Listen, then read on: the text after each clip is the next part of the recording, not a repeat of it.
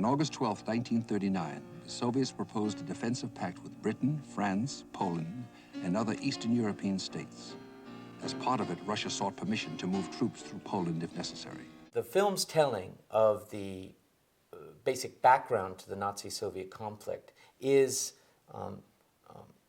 ultimately a telling that serves the purposes of Soviet propaganda and diminishes the role that the Soviet Union played in precipitating World War II in Europe.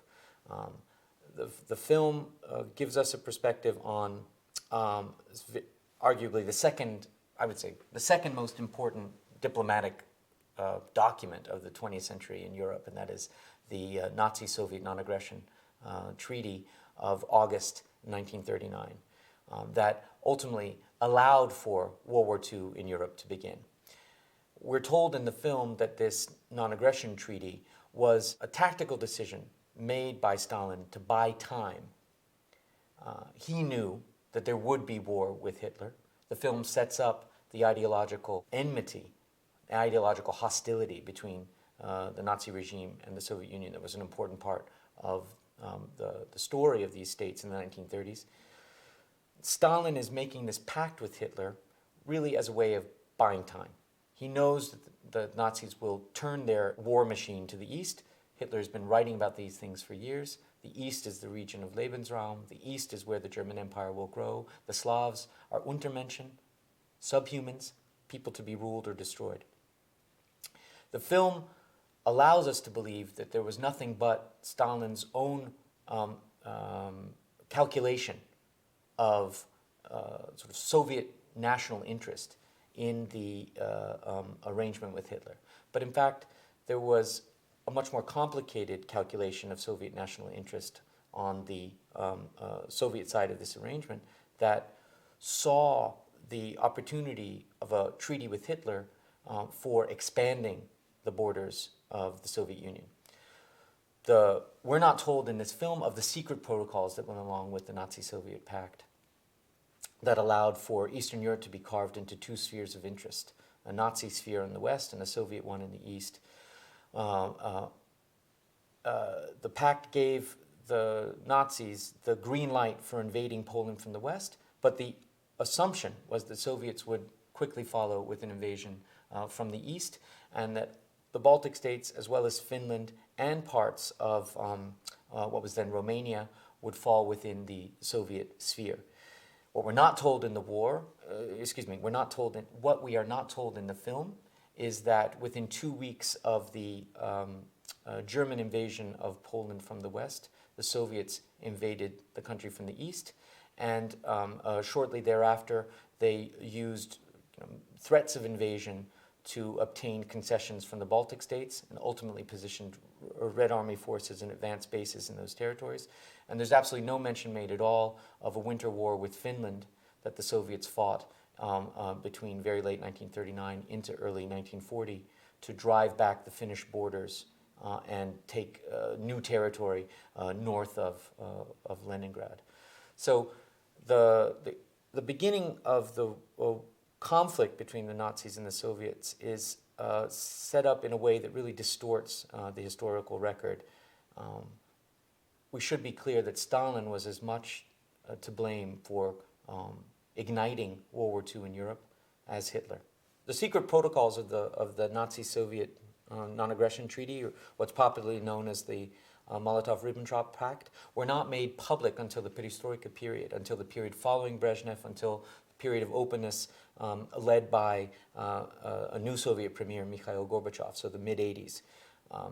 They were well known in the West because the Western powers, in defeating Germany, seized German diplomatic documents and were well aware of the negotiations that had gone on with the Soviet side, at least from the German perspective. But I think the Soviet producers of the film could just readily have assumed that if they kept on telling their version of the story, it would compete in the marketplace of ideas with a rival Western interpretation. And the fact is, they could probably be fairly assured that your average American television viewer didn't know too much about these intricacies anyway. There's simply no question that the story had to be told in this way for the Soviet audience. One of the omissions in the story, in a broad sense, that we can find in episodes across the whole series is the failure to address the place of state repression in the Soviet war, the role of government violence on the part of the Soviet government against its own citizens in the course of the war. For example, going back to the issue of the start of the war, as we're led into the early disasters on the Soviet front, as the German blitzkrieg results in enormous encirclements and the destruction of whole Soviet armies, we're not told about the way in which Stalinist repression had undermined the fighting capacities of the Red Army even before the war began. Between 1937 and 1939, Stalin directed a sweeping purge of the Soviet officer corps, the leadership of the Red Army, from the colonel rank up through general and marshal, eliminating something like 30,000 officers who were suspected to varying degrees of being involved in plots against the Soviet government. Some of the most prominent lights of Soviet military strategy, war heroes from the Russian Civil War of 2 decades earlier, were shot or thrown into prison camps. More Soviet officers were killed at the hands of the Soviet government than were killed by the Germans in the course of World War II. That a story like this isn't a part of the broader telling of the disasters of the early part of the war is a gross omission. It's really a falsehood of history. And then there are other points in the story where the repression used by the Soviet government to steal the people in the fight is omitted, and it needs to be put in. For example, we don't hear anything in the film about the role of blocking units. These were units set up by the NKVD, which is a precursor of the KGB, or the Soviet secret police, or the Soviet political police, which had its own military units within the Soviet system. These were NKVD fighting squads that were arranged behind the Red Army forces, set up to shoot any Red Army men fleeing from the front, turning away, deserting, or simply running in the wrong direction. There were penal battalions set up of soldiers who were suspected of not being entirely reliable or who might have been caught in situations of desertion that were simply thrown like cannon fodder at the German onslaught. And there are countless other stories of the way in which terror on the part of the Soviet state against its citizens was a factor in the story of the war. One very prominent storyline that's omitted from the tale of Soviet liberations is the fact that as the Soviet forces return to territories that had been occupied by the Germans, in some cases for up to 3 years, they were very, very sensitive to the issue of collaboration and the suspicion that large numbers of people, as far as the Soviet government was concerned, had been too close to the Germans. And in the course of sweeps that were set up to figure out who had done what for the Germans during the German occupation, decisions were made to, in effect, accuse entire nationalities of having collaborated with the German side. So groups like the Chechens in the North Caucasus or the Crimean Tatars in the Crimea, because relatively small numbers of those groups had actually sided with the Germans, in some cases joining special SS units to fight alongside the Germans. Very small numbers, perhaps 10% of the population of these relatively small ethnic groups could be now actually identified as formal collaborators with the Germans. The Soviets accused the entire population of these ethnic groups of collaboration, and as the Red Army moved in to liberate, for example, the Crimea, they also were followed by NKVD troops that gathered up the Crimean Tatar population in the Crimea, threw them into cattle cars, and deported them to makeshift camps in Western Siberia and Central Asia, with ultimately, tens of thousands of innocent people dying in the process. I mean, these stories need to be put into the story of the war so that we can understand just the intensity of the conflict. That it wasn't just an impossibly odious German state going up against a land of cheery workers and peasants surprised by a massive invasion. It was one totalitarian state ramming up against another totalitarian state in a war of annihilation. I mean, this was a term used by the Germans at the time, and the Soviets quickly take up the chant. I mean, one of the most famous chants of the Soviet side in World War II is hate, hate, hate, hate the German invader, kill the German invader. And these slogans are driving enormous sacrifice on the part of ordinary Soviets, but also driving enormous repression on the part of Soviet government that was used to seeing at least certain elements within its own population as potentially hostile to the Soviet regime. And this combination of circumstances produces, really a terrible story of violence and innocent suffering. One of the other distortions of the film is the treatment of the murders of some 22,000 Polish officers in a place called Katyn, which is located near the town of Smolensk in Western Russia. In the film, we're told that the murders were committed by German forces following the German invasion of Poland in the fall of 1939. But what we now know, and what the Soviet leadership would have known at the time of the making of this film, was that these Polish officers were murdered not by German troops, but by NKVD troops, that is to say, Soviet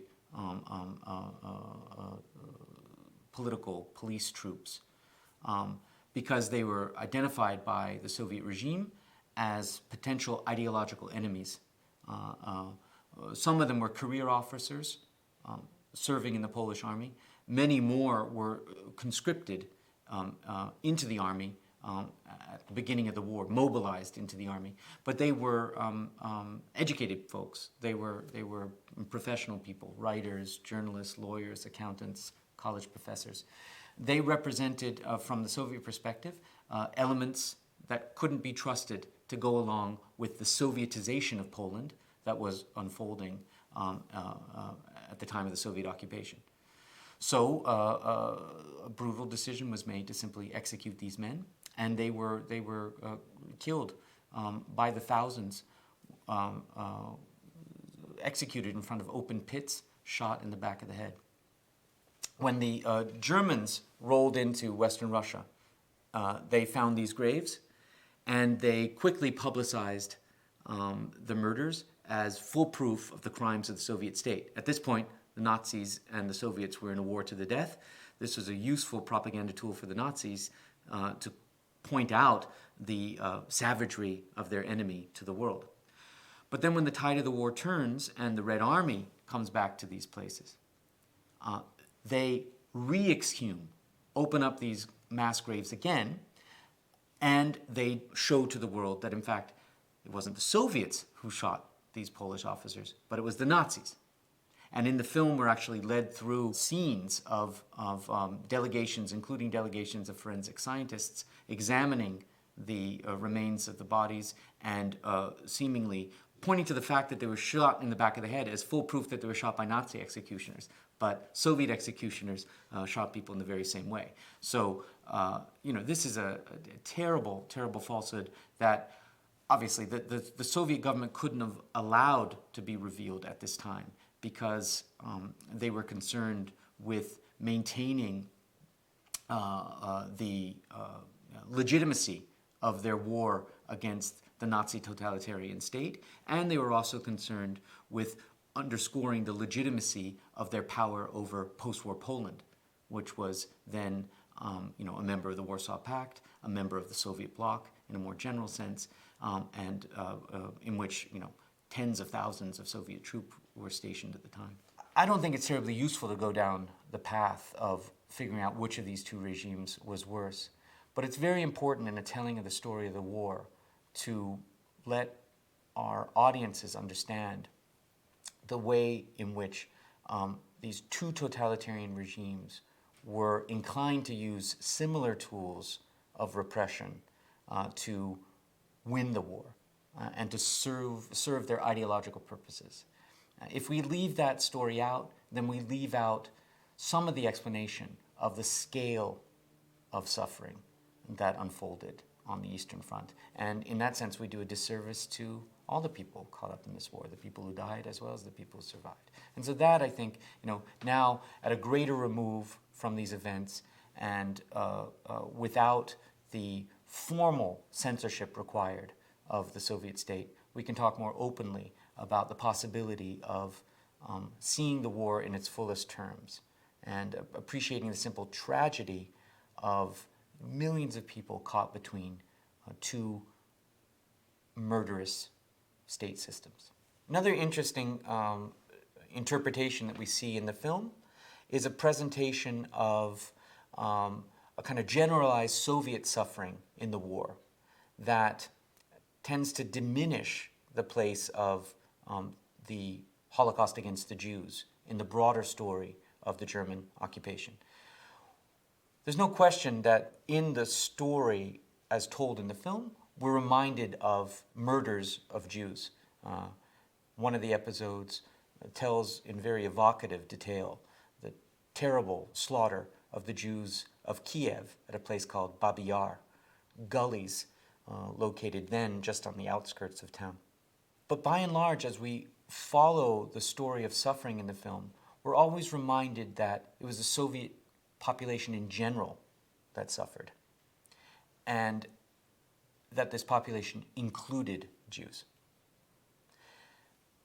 This is a very difficult point for American audiences to agree with, if only because our interpretations tends to stress the distinctiveness of Nazi crimes against the Jews.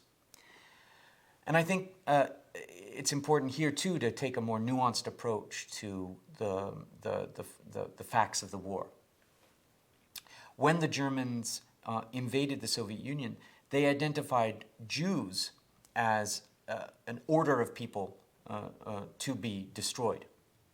But the Slavs, the non-Jewish population of Ukraine, Belarusia, the areas of Russia that the Germans would also occupy, were themselves identified as a lower order of humanity. And they too were imagined eventually as, if not entirely fading from the scene, assuming their appropriate place in the hierarchy of civilization. They were going to work for the Germans. And in fact, hundreds of thousands of ordinary Soviet citizens were packed into cattle cars and transported to Germany and to points in occupied Eastern Europe to work in Nazi factories to support the Nazi war effort. So when we think about the way in which the Soviet government comes to the question of Jewish suffering, we have to appreciate that they're trying to come up with a perspective on the Soviet sacrifice in the war that doesn't elevate the special suffering meted out to the Jews of Eastern Europe and the Soviet Union, but maintains what is, in their view, a more generalized perspective on the suffering that also, to be fair, plays into Soviet political objectives in the period in which the film is made, when the Soviet Union has identified itself as an ally to the Arab states, and the United States is supporting Israel. Jewish suffering in World War II is the immediate and unassailable legitimizing factor for the creation of the State of Israel, even though obviously there's a much deeper history of Jewish Zionism that gives a deeper historical context and justification on the part of the proponents of Israel to the state's creation. But if it's created in 1948, it's because of the immediate shadow of the Holocaust. And in the late 1970s, when this film is being made, the political considerations of the Soviet Union as a patron to the Arab states in what was, in effect, then a Cold War conflict between the United States and the Soviet Union through its Arab and Israeli allies, partners, or proxies. That also is, a factor in the telling of the story of Jewish sacrifice and its sort of muted representation here. 1944 began with another major effort by the Wehrmacht, its last in the Ukraine.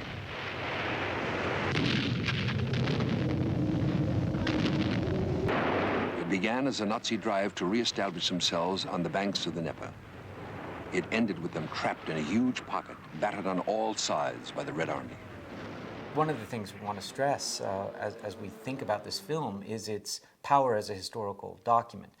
I mean, the footage is a remarkable window on the real experience of the war on different sides of the Soviet-German confrontation. And it's the kind of thing that you don't see an awful lot of canned documentaries of World War II. I'm struck, for example, by some of the special qualities that come out from this particular footage that won't be terribly familiar to American viewers. We see, for example, something of the landscape of the Soviet Union that was the setting for these enormous battles. You feel the weight of the weather. You feel the mud.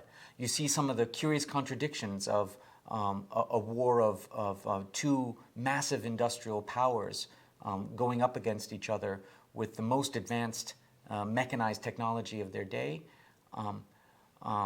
tanks, fighter planes, and yet this was also a war in which mud brought both of these armies to an absolute standstill, and there's some very evocative footage at different parts of these individual episodes where you see armies virtually standing still because they can't get anywhere in the spring thaw in Western Russia. You also see in the footage some of the diversity of the Red Army. The Soviet Union was a multinational state made up of well over 100 different nationalities. And we see their different faces in so many of the shots of ordinary Soviet fighting men and women. That's something that American viewers probably haven't had the chance to see too much of before. And another really striking quality to the film is, to the footage that we see, is the shots of street fighting that we get to see in places like Stalingrad, in Lublin, in Warsaw, in Berlin. And I was struck as I saw the film of the simple tragedy of so many lives lost in these really impossible battles, house to house, hand-to-hand combat. At certain points, you go right into the heart of a battle. There's no narration. The music retreats a little bit, and you see people dying. You see lives ending. And there's one scene in the episode on the Soviet fight for Budapest, in which something like 140,000 Soviet troops die to take the capital of Hungary from the Germans, in which a platoon of Red Army soldiers are crossing a street, moving up a street along a wall, and then all of a sudden, with no narration, no attention to the incident, one of these men steps on a mine, and his life just goes up literally in smoke. And there are a number of dramatic moments like this that stud the episodes, and it's the kind of thing that I think draws us in to appreciate the power of the experience we're seeing. What's important for folks to know as they watch this film is that it was being shot by cameramen who, one of whom was Roman Carmen, who provided himself an awful lot of the footage that is used in these episodes. And they went to war like regular Red Army soldiers. One hand they had their rifle, and the other hand they had their camera. And they were right in the action. Obviously, many of them did not survive the war. The footage is visceral, it's up close. It's interesting to reflect on how much this sort of state presentation of a war differs from the propagandistic presentations that we find in documentaries like Victory at Sea. In my view, there's an awful lot that's shared between these films. I mean, obviously the Soviet state was a state in which there was formal censorship. That wasn't the case in the United States in the 1950s when Victory at Sea was put together. But it's not just formal censorship that is influencing the way war stories are told. War stories are also told in keeping with the telling that the bearers of the experience want to see. They want to see some justification for their sacrifice. They want to see some relationship between what occurred then and what must be now. And in that very basic sense, I think Victory at Sea and this film, The Unknown War, are really two sides of the same sort of coin. Even though they were produced under, in a basic sense, different political and social environments.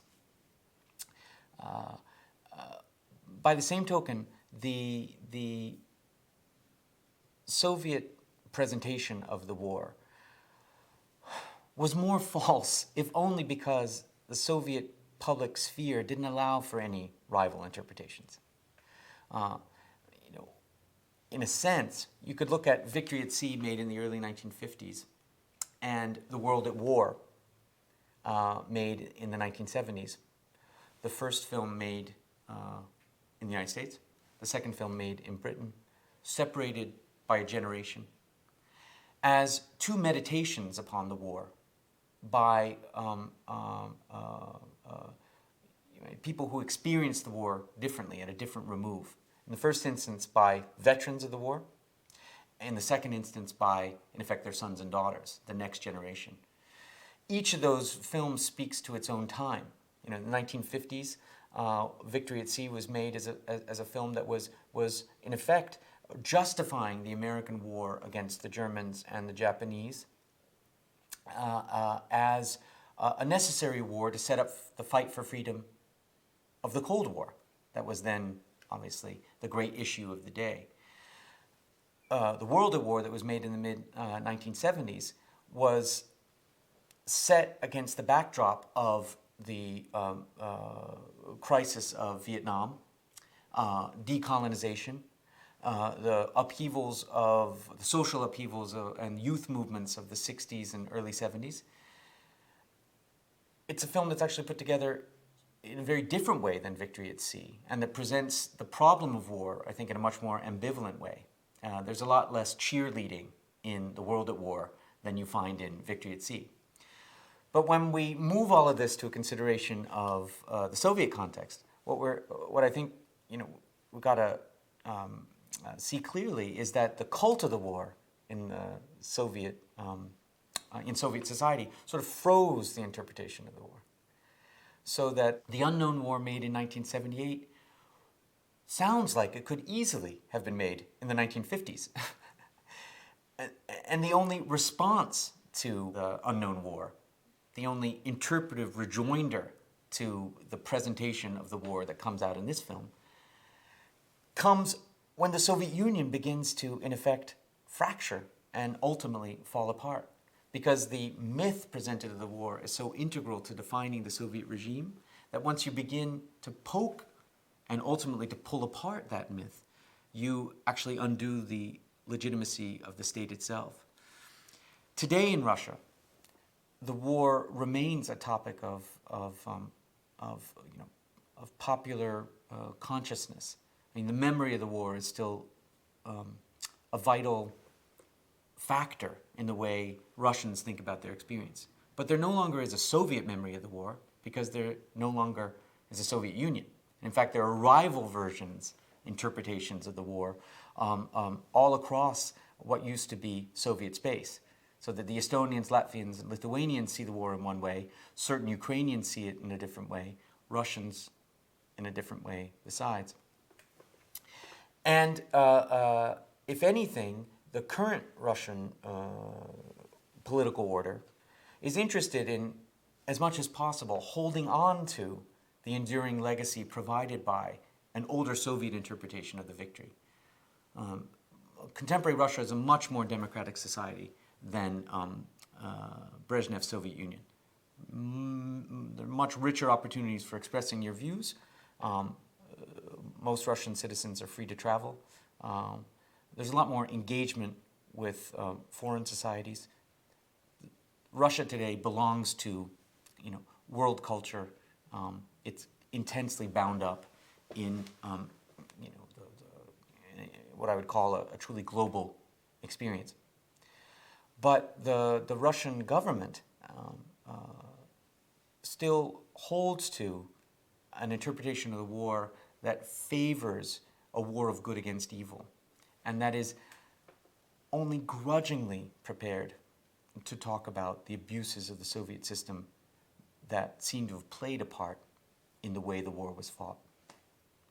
And my hope, as someone who travels to Russia all the time, I have many friends in Russia, I care deeply about the country, my hope is that at a certain point there'll be an opportunity to have a truly open discussion in Russia about all of the sides of this war, good and bad, in a way that doesn't strike at the very order of Russian life, the way that the discussion of the war did in the mid-1980s, but unfolds in a way that kind of helps to create a true civic culture in which Russians can talk openly about the fact that there was enormous sacrifice, there was remarkable heroism, there were also crimes conducted against the Soviets by their own government, and there were crimes conducted by Soviets against others.